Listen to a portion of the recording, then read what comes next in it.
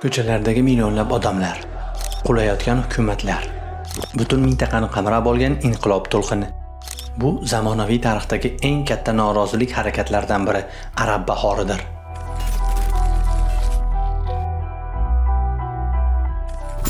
Hammasi 2010-yilning 17-dekabr kuni Tunis shahrida boshlangan.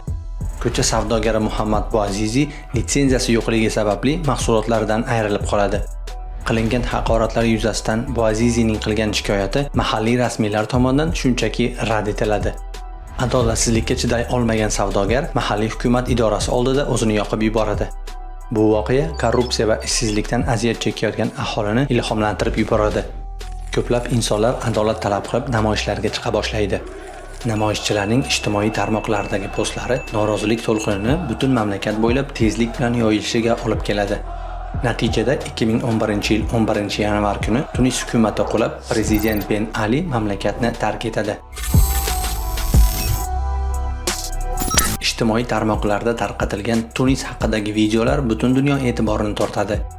Ayniqsa mintaqaning boshqa davlatlarida Tunisdagi tezkor hukumat to'ntarilishidan ilhomlangan norozilik to'lqinini keltirib chiqaradi. Natijada o'sha yilning yanvar oyidayoq Jazoir, Iordaniya va Ummonda ham qo'zg'olonlar boshlanadi. 25-yanvar kuni ommaviy namoyishlar Misr hududiga yetib boradi. Millionlab odamlar prezident Husni Muborakning iste'fosini talab qiladi. 18 kunlik namoyishlardan so'ng nihoyat 2011-yil 11-fevralda Husni Muborak iste'fo beradi. Bu orada Liviyada ham noroziliklar kelib chiqadi.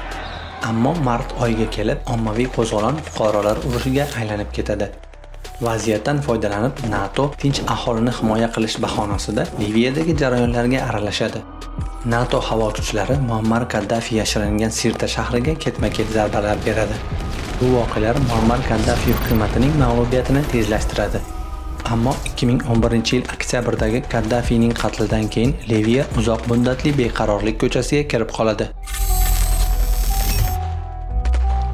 Yil oxiriga kelib Yaman, Suriya va Bahraynda ham norozilik namoyishlari boshlanadi.